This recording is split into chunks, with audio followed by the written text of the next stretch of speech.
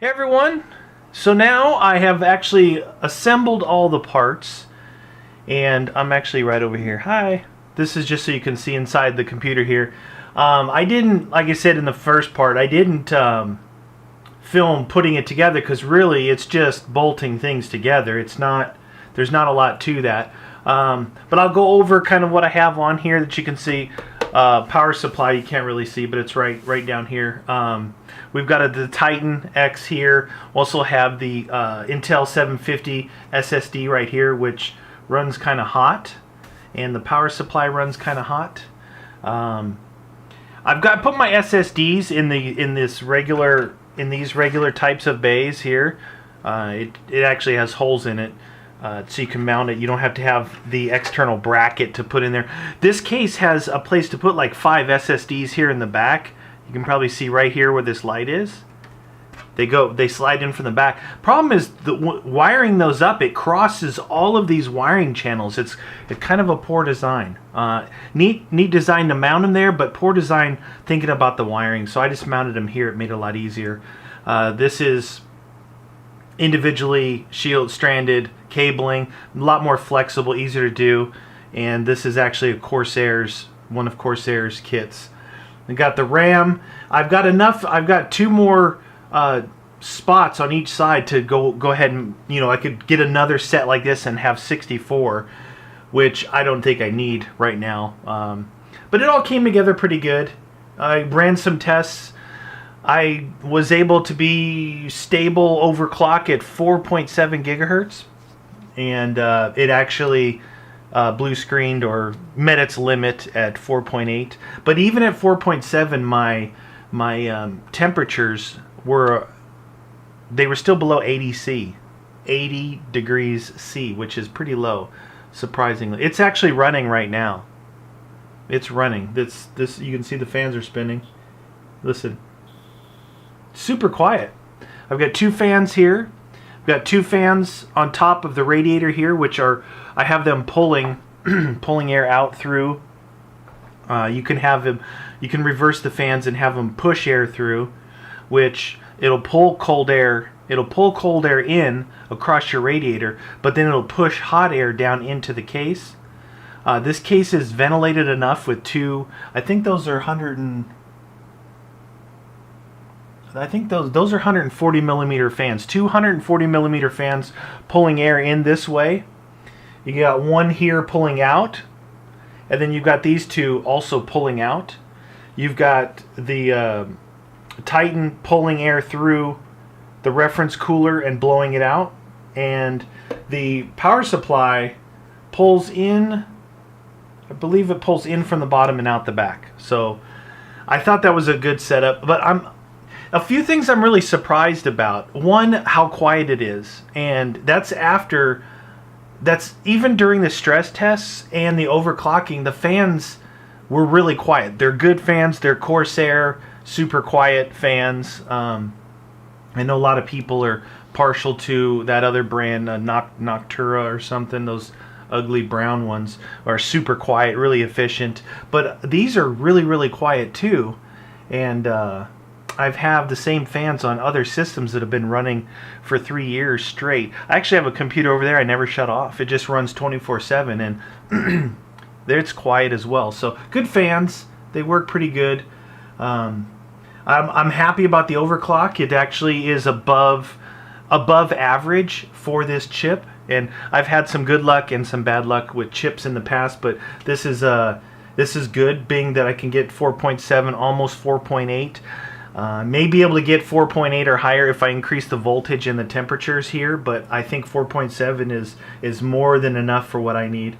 As it sits right now, I test rendered with this, and I test rendered with my other machine, and it's about, on a 1-hour video, it rendered 15 minutes faster, which is pretty good as far as percentages go.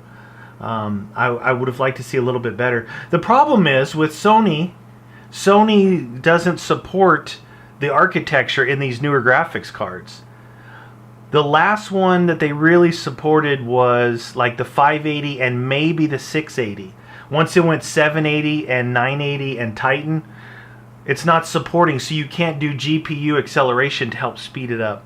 Now, I don't know what the deal is. I've been trying to research on Adobe Premiere, but like nobody talks about it. Nobody talks about it. There's a few things here and there in forums, but nobody says, hey, it doesn't do GPU acceleration for like Maxwell architecture or this driver and above, or it doesn't do CUDA, it only does OpenCL. I mean, that's the problem with information only coming from forums, is that it's so random. And I see people ask the same question, and I see other people trying to answer that question with more questions. It's frustrating because, you know, I know I'm not the only one out there wondering, you know, spending a lot of money on GPUs, not only to, you know, to game with, but also to use the power, to use that processing power to help render videos. CPU and GPU together rendering the video, you know, doing the encoding of the video. But that being said, it seems like a good system. I would say that maybe I have a little bit of buyer's remorse in the fact of, you know, I spent a lot of money on this, and to only get, you know, 15 minutes per hour faster, not really enough to justify it. I mean, that other machine that I'm comparing this to is a pretty beastly machine in itself,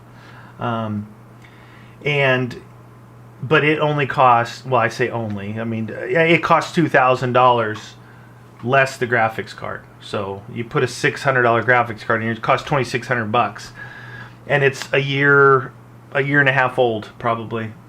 I know that's a lot of money. I'm not discounting that fact, but this thing, there's probably $5,000 worth of parts in this, and that's a lot of money. That is a lot of money. And but from here forward, I'm still doing a lot of testing. I'm investigating what programs I can use. I've got a machine here that's going to easily last me for 6 years. So if you divide that out, it's definitely worth the investment.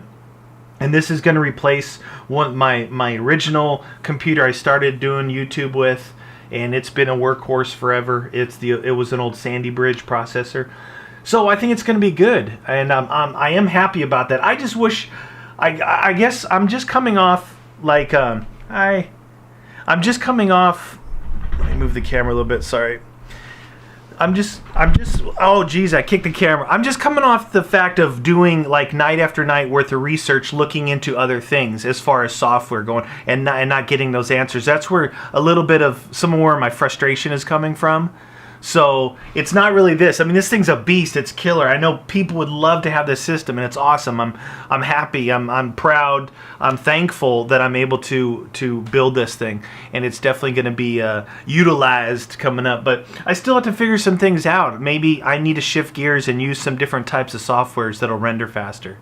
But that's just a look here inside the PC. I wanted to film this part of it. You can see I got the scruff going still. I wanted to film this part of it. You look at my eyes, man. You can tell I was up till 3 o'clock in the morning last night. I want to film this because I want to put the side case on. I want to put it underneath the table and get it set up. Replace the other computer. Get it set up so I can start utilizing it. It's funny. I said on Twitter, yeah, built this thing to play Minecraft on.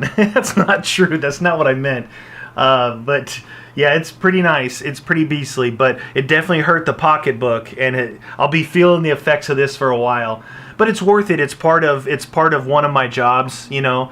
And it's like, I don't know, if you're a musician, you know, you want a really nice guitar, one that sounds good, that plays good, the quality's good. You know, maybe you're a delivery driver, you want a nice solid vehicle that's going to get you everywhere that you need to go safely.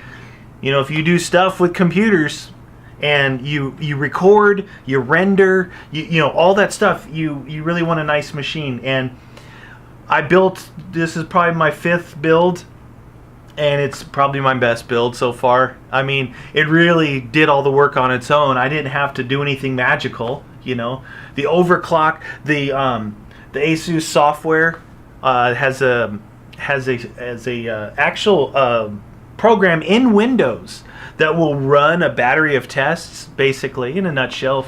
It'll run all the tests and clock it up as high as it'll go comfortably, and then it'll crash out, and then when it comes back on, it actually takes those settings and changes the BIOS for you, the UEFI BIOS. It changes them. So even if you go ahead and delete that software out, the BIOS, that profile in the BIOS is still there. So you can go back and forth, say from default or another one that you maybe manually did. You maybe manually did an overclock, or they being the software did a profile where on this one it actually clocked 4 of the cores at 47 and 4 of the cores at 46, which was really a step and a half back from crash.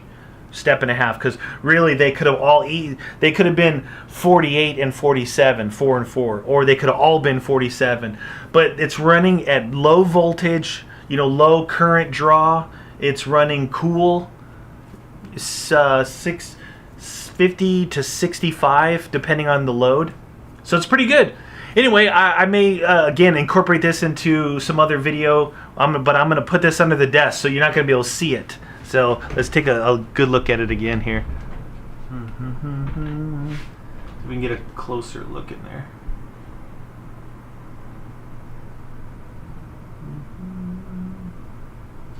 Not too bad. I think I did a decent job on trying to keep the wiring clean.